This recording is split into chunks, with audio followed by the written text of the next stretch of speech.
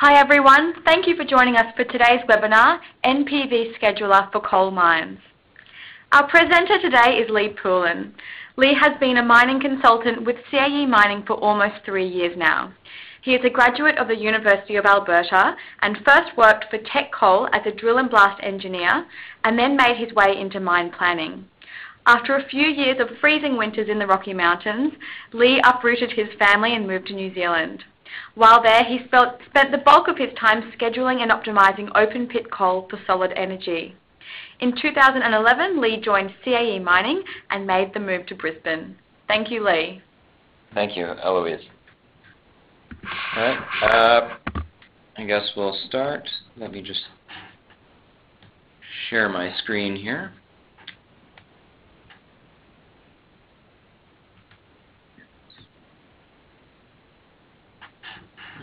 So now sharing.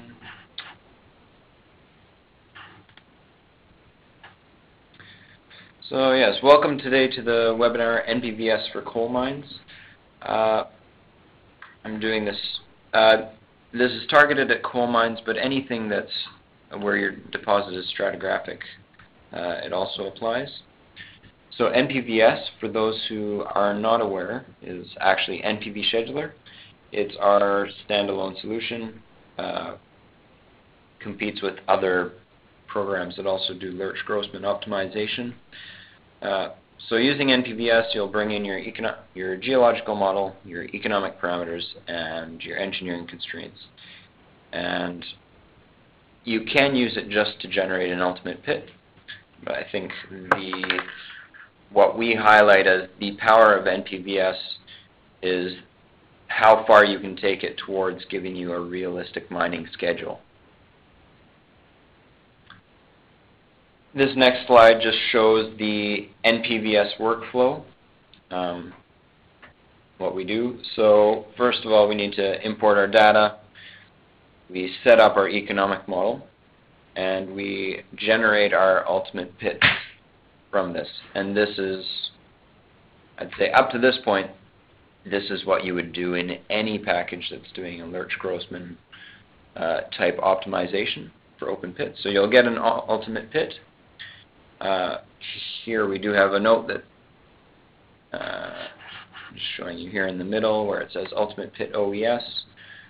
So that means that our software generates a sequence for the blocks for every single parent cell in terms of what it should be mined for maximum NPV. Using that, we then move on to generate our pushbacks. Once the pushbacks are generated, we enter them into the scheduler and are able to work with that to try and get something that's optimum. We also have the extra tools of haulage optimization, mine flow allocation, and material allocation. And those will be covered, I think, in a webinar in 2 weeks. So that's the workflow. So these notes are specific to coal. First of all, you need to prepare your block model. With coal, with other things, you would have, grams per ton of metal or percentage of metal. With coal, we need to somehow figure out what we're going to value or what the product is going to be.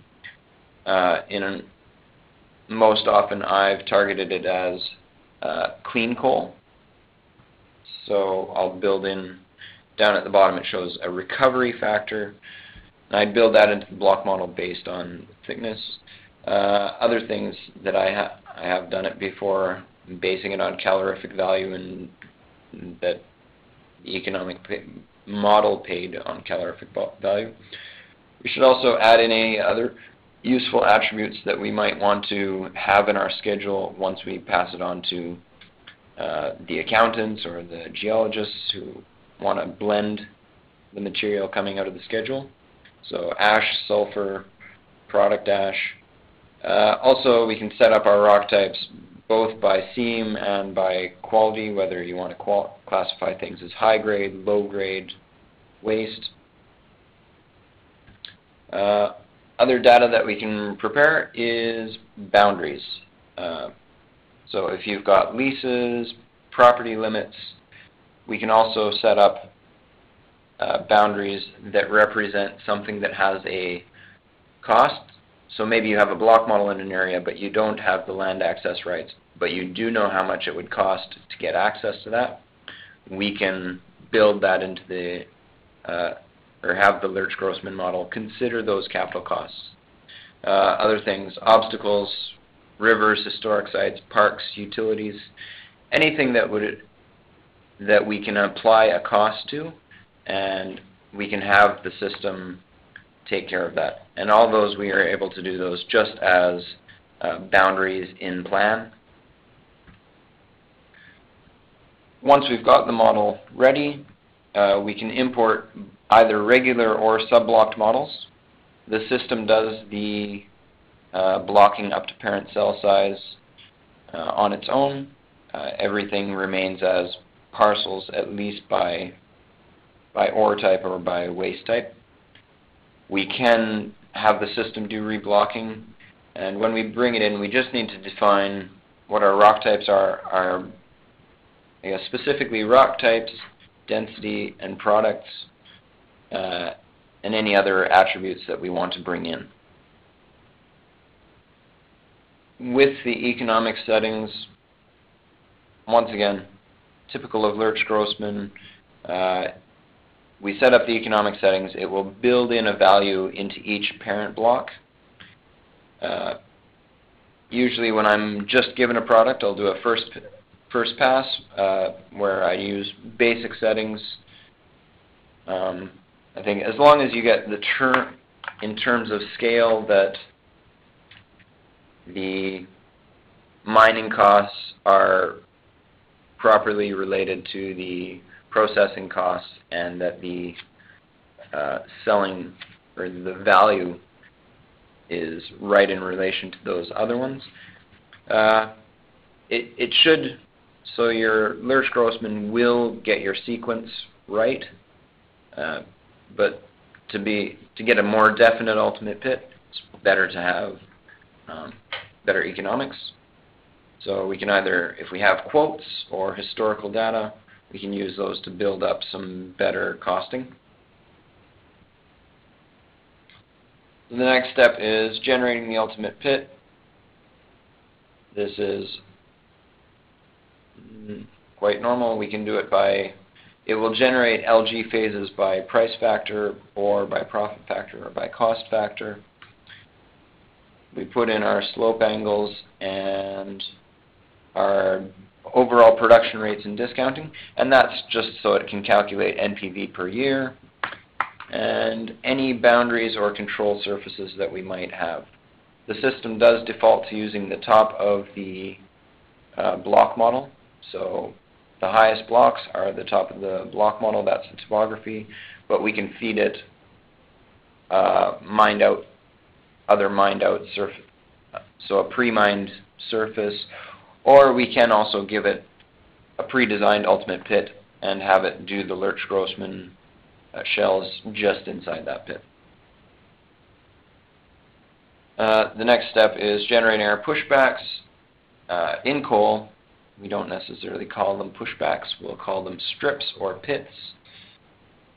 In our case, the pushbacks in our system are not the LG phases. The pushbacks use the Lurch-Grossman optimal extraction sequence, and then we are able to specify a size of a pushback that we're looking for in terms of total ore or some other, it is customizable, what you set up that it's searching for. And then it will grab adjacent blocks and build a pushback that tends to be contiguous or all in one area, touching, not little bits here and there. With the pushbacks, the next step I do is I guide the pushbacks or control them by string, and I'll show you what that looks like in the demo. So our scheduler is forward and backward looking. It maximizes NPV over time, and it considers not just every year at once sequentially, but it will consider multiple years and what gets the best result over time. It is target-based. I know the line before I said it maximizes the NPV, but we can also have it have different targets such as strip ratio, rock movement, truck hours if you're using the haulage, and those targets can be adjustable by time period. So, like if you're pre-stripping or you have lower plant capacity in the first year or two as you're just bringing things online, or over the life of your mine, there might be different requirements for fleet and plant. We can adjust those in the schedule. Also, capital costs can be built into the schedule, and they can be related to time period or by pushback. So you can say year one there's a outright capital cost of something or other, and then once we move to pushback 8, we're going to need higher plant capacity, more capital cost. Alright, so I'll move on into the demo.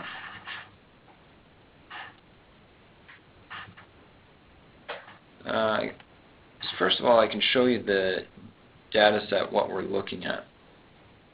So this is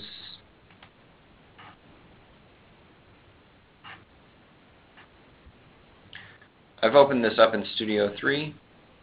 We've got a kind of rolling hills or mountainous area, 4 major coal seams. They do outcrop. I haven't colored this right. The major colors that you see are actually the interburden or the waste. There's where the colors change. At that boundary, there is the seams. If I look at one of those blocks,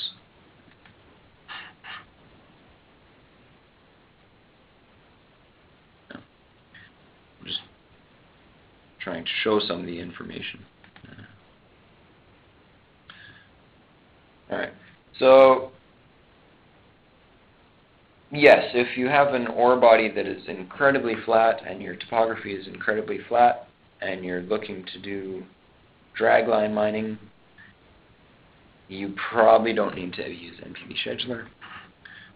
Okay, so now that this is running, it shows what I've built into the model. Alright, this is a waste block. I choose this block. This is it's seam D, which is the 4th seam. I've got a recovery factor based on the thickness of that, based on that block thickness. I've already built in the recovery, so I know at 3.3 meters we're going to recover about 91% of the tonnage will become product tons once it runs through the plant.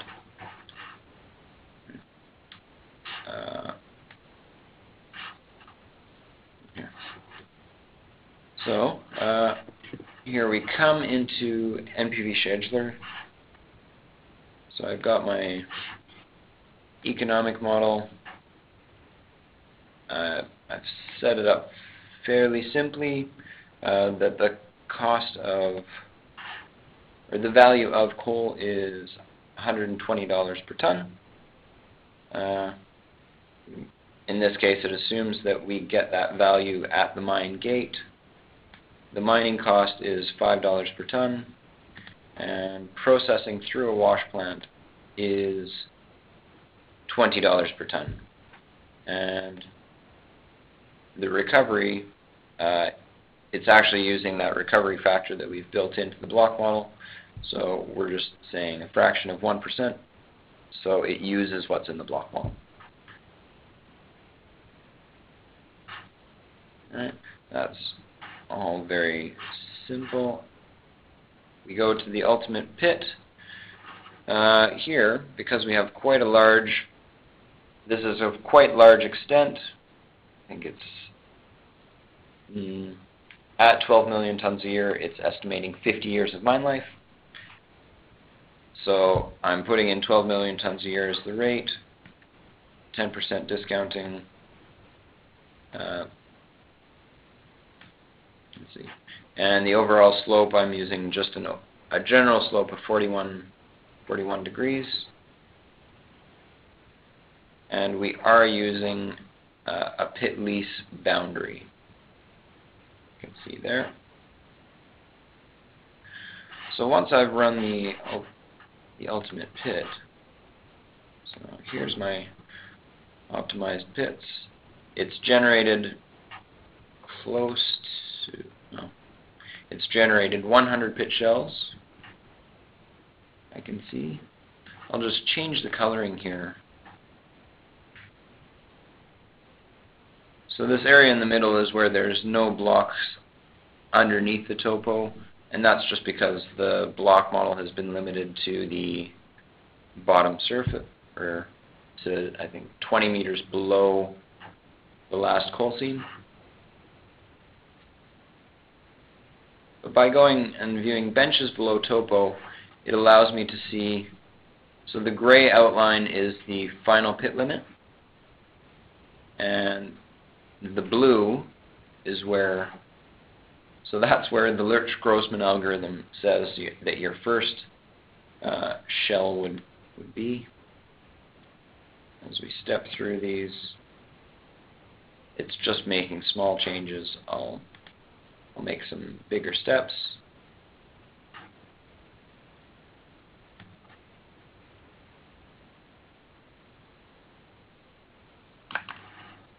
So what we can see is that here along the east edge, the coal is coming up to surface, and it's a thick seam, so it is chasing that. Here in the middle, it's also chasing that thick seam as it comes up. Other than that, most of these areas where we have thin lines, it's just chasing the coal at outcrop.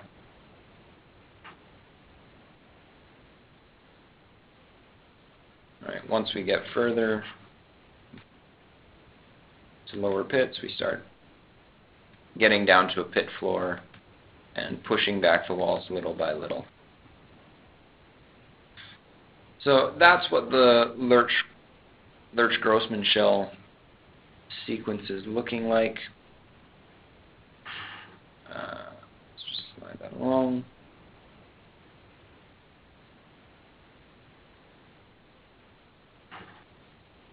So from that, I can see that I have this middle bit that is high strip ratio. It's less likely to want to take that. Here is my LG phases report. And my different phases, I started at a strip ratio of 4.5, and my last shell is at 17.6, with an overall of 11.9. So next we're just going to, so I've generated pushbacks from these. I've allowed a huge number of pushbacks, and I'm allowing these pushbacks to be about 15 million, so about a year's production per pushback is what I've set it to target. Let's go to one of these other ones. So I'll show you, first of all, I have the pushbacks where I've just allowed the system to run. I've just specified a certain number of ore tons that I want to come out of it. I haven't given it any other direction. And so what we see is the first pushback that it does, it is contiguous, the blocks are all touching, and it's daylighting that coal seam that's coming up to surface. Then it's chasing some things into the middle here, chasing some other seams that are coming up. I can see from these pushbacks that it's generated this isn't the way that I'm going to want to mine. This accessing, it is all over the place. But it is telling me a general sequence of where I should probably start, where I should finish.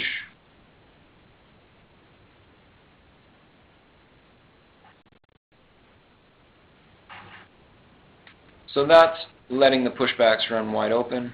I've got these other settings where I've got, it's called pushback PB80 and PB120, where I've specified a larger mining, or a minimum mining width. Once again, show that. So once again, we're taking the coal that's coming out at surface with these wider, or a wider mining width, it's taking larger areas.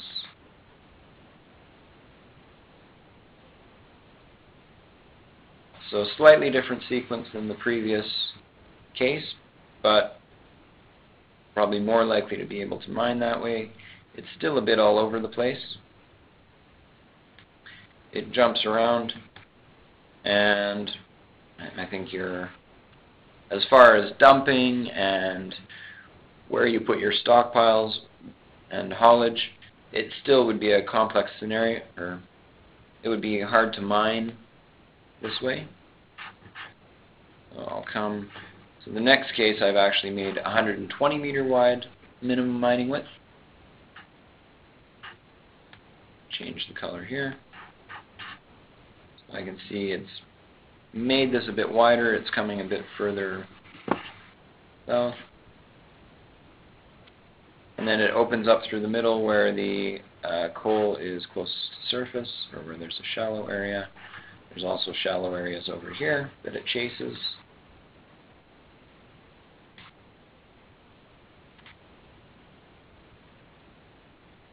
So I think the general sequence is it goes along the east wall, cuts through the middle, mines to the north, mines the strip to the south, and then it will take out the high strip ratio ridge.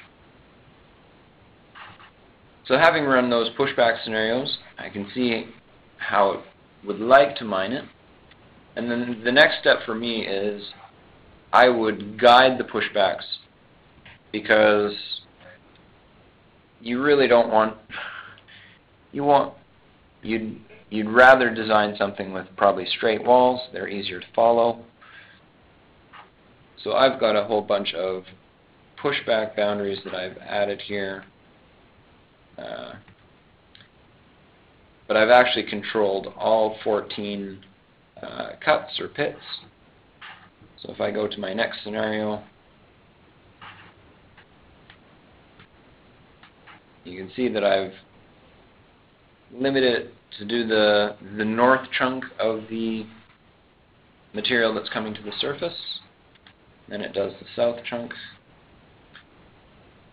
Then it's going to progress into the middle and take the middle out to the wall. Next step is to release the rest of the coal that's outcropping or coming to surface.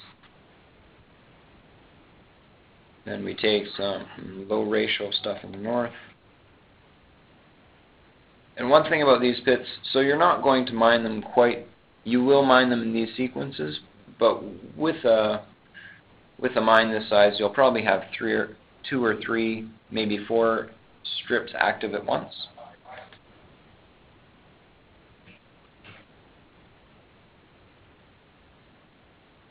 So this is how I've built it out. And these are sequences that I could imagine somebody mining much better than the Lurch-Grossman shells. And just to show you how easy creating those was, I would go into, if I'm in plan view, I can just come up here and say I want to make another pushback adjustment. I'd say, well, maybe I want my second pushback to start and come through here. Do this area. I apply that, I could say that it's the new cut 2, and that's a forced limit. And if I put that into my pushback parameters as the limit for pushback 2, then it will generate pushback 2 in that area. So that's a forced limit. We also have different types of rules that we can use for those strings to control that pushback. Alright. The next step is we've got pushbacks that we like. I'm going to set up my schedule to go to the other case.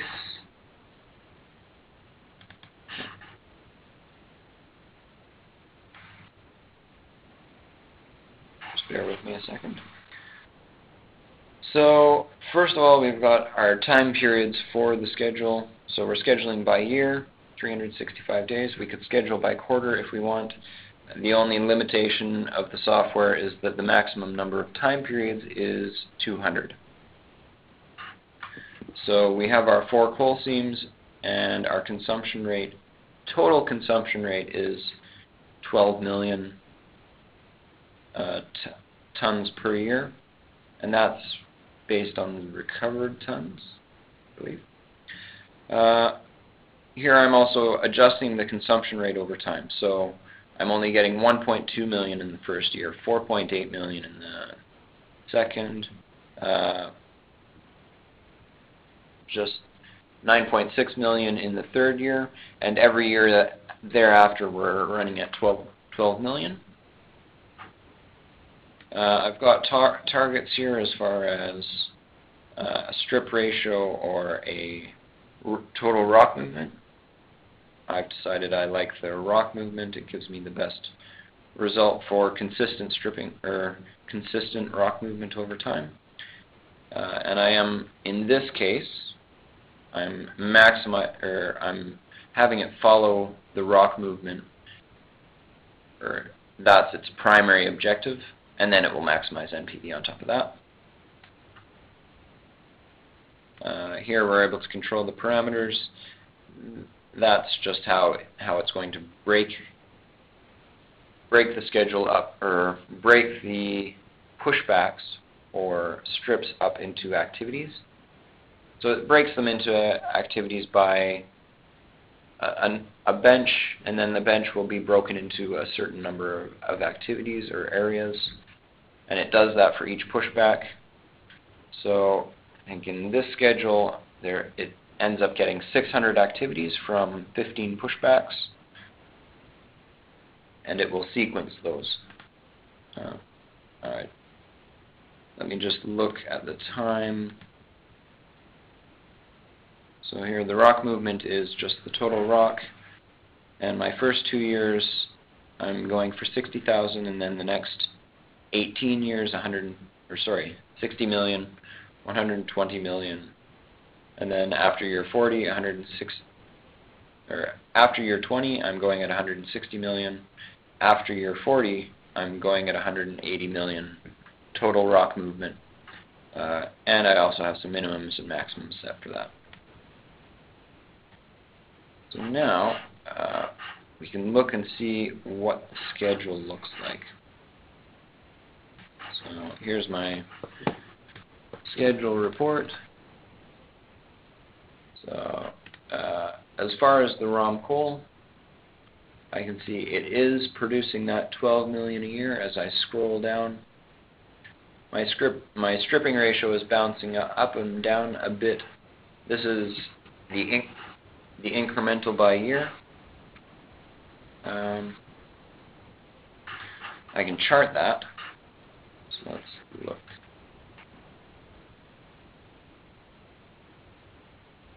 So I gave it that certain rock tons.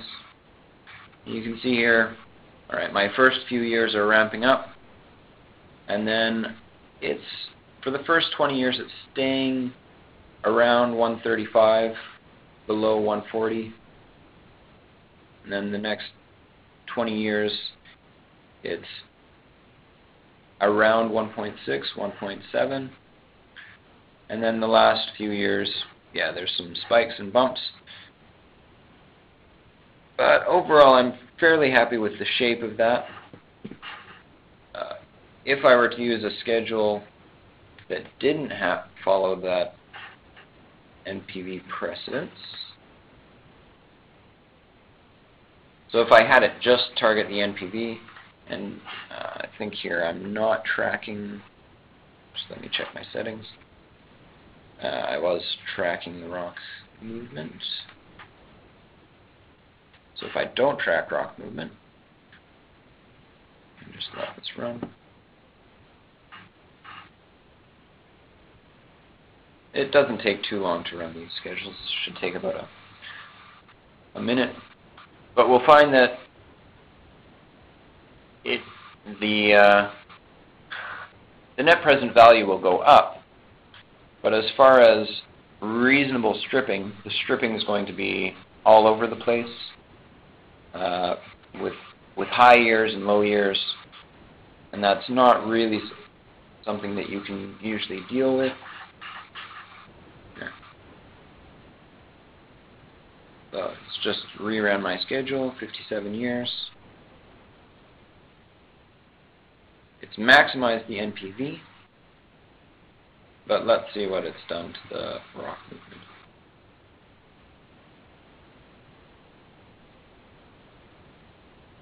The nice thing about this software is that it is easy to set up all these different scenarios.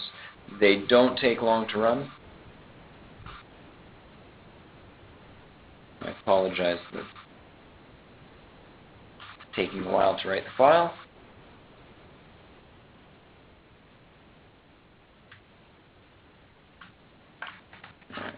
So let's do a chart of that.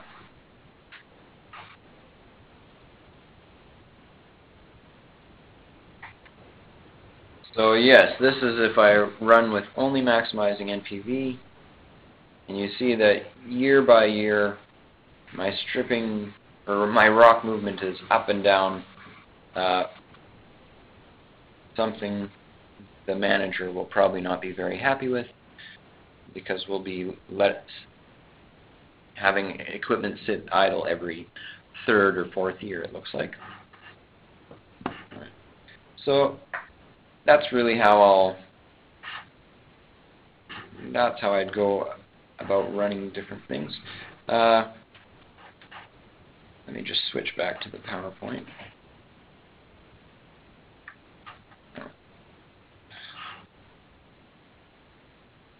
So I can show what's happened, because I've been talking about realistic schedules. So the ultimate pit that I ran, the value that it got from the Lurch-Grossman shells was 5.97 billion. Once we've generated the pushbacks, I generated the 3 different types. The first case, where I let it run wide open, it got 4.2 billion. Once I specified different pushback widths, it got 4.5 and then 4.4. And what's interesting is once I limited it and forced it to do pushbacks or strips that were engineering-based, kind of logical, it dropped it only down to 4.49. So I'm pretty happy with that, because I believe that those pushbacks would be achievable. We should be able to get access, do dumping. And then when I ran the schedules, my initial schedule based on this pushback 80, which was kind of all over the place, it got 3.5 billion. But once I've actually used my limited pushbacks, I'm staying in the same area, whether I've specified NPV precedence, strip ratio precedence, or targeting rock movement. The difference between these two is the second rock movement, I've allowed it to have a bit finer granularity. It's increased my value by 40 million, which is not, in terms of scale, not necessarily that big of a change. But it's good to know that even though I've forced it to do something that I think is more achievable, we're retaining a lot of value. Alright. So probably the last thing to show is I've got the animation from the schedule where it runs for the 50 years, and here I'm showing the benches below last, and that just shows that I've got kind of 3 to 4 areas active at once.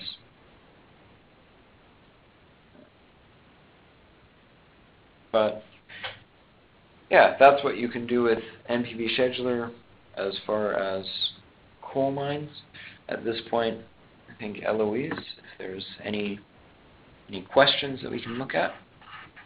Okay, thanks for that, Lee. So we've had a few questions come through. The first of which... Do you want to read that out? Sure. So here it is. Does it work with the gridded model, or does it have to have a block model? The software does take a block model. We can't feed it just a gridded model, so you just need to prepare that gridded. So coal is stratified. How does the block size affect and take care of folded, splitted structure? Because we're able to take in subcelled models, I think we can take that in fairly well. The block models that I brought in here, I actually tried it with 3 different parent cell sizes. The parent cell sizes were 100 meters by 100 by 10 meter, or 50 by 50 by 10, or 25 by 25 by 10. In those cases, the 100 by 100 was easy to work with. Everything ran really quickly. The 50 by 50, the runs were still quite quick. And the 25 by 25, it ran for 24 hours and it still didn't find an optimal pit. So, but in all those cases, the models were subcelled. So it's just those parent cell sizes that changed, but the cells actually where the coal seams are were maybe 2 meter by 2 meter by whatever variable thickness. So we are able to follow those folded split structures quite closely because we do accept the subblock models. Thanks for that, Lee. Okay, our next question here is, what about mining areas that are not adjacent? Okay. I have worked on projects where, and I think it's common that people do get leases that the leases aren't side by side, they don't share a high wall. What I would do in that case would be to probably generate 2 pit limits and generate 2 different ultimate pits. That's if the block models are based on the same model. Otherwise, if they're further apart and they have each that has their own separate block model, at that point we have the multi-mine module, and so we can generate an ultimate pit for each of those models and schedule them together using the multi-mine. Thank you, Lee. Our next question, once you've got the pit shell, how do you design from it? So the pit shells that come out of here, I think this relates also to the previous question, is the pit shells are generated on the parent cell block, or the parent cell size. So these are at, in my case, at 10 meter steps. So what you need to do, or what I do, is I find out what the bottom seam is that in each area that the ultimate pit shell is going to. And that's the best way to do that. I'll pull it up on screen here. So I've got my topography, or here's a final pit shell that's generated. So that was year 57. Let's go. Just change the color.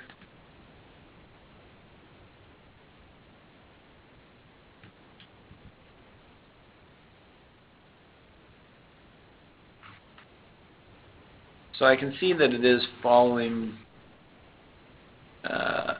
actually it looks like it's all following the lowest seam. So if I just load one of my, let's see, like the C roof. Okay. So I can see that, D. Looking here at the bottom, I can see that it's taken the blocks slightly below that floor. So what I would do is I'd go around the edges of the pit, generate the walls along the edges, project those walls above the topo and below the floor of the bottom seam, and then combine the two. And that it makes it a lot easier, because then you just work with the walls and the floor takes care of itself, because you would actually mine down to the bottom of the seam. So, anything else?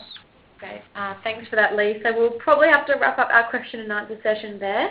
So this does mark the end of today's webinar. Thank you all very much for attending. We hope you found the content presented valuable. If you did submit a question that we were unable to address, please rest assured that these have been recorded, so we'll touch base with you afterwards to follow up. You will now be redirected to an online feedback form. It will take no more than a few minutes to complete, so if you do have the chance, we'd really appreciate your feedback on how today's webinar went. We'll also be sending out a follow-up email to all of our attendees. This email will provide you with a recording of the webinar, as well as the necessary details to contact us should you have any additional queries. We look forward to hearing from you soon. Thank you all once again for attending today's webinar, and thanks again, Lee. Thank you.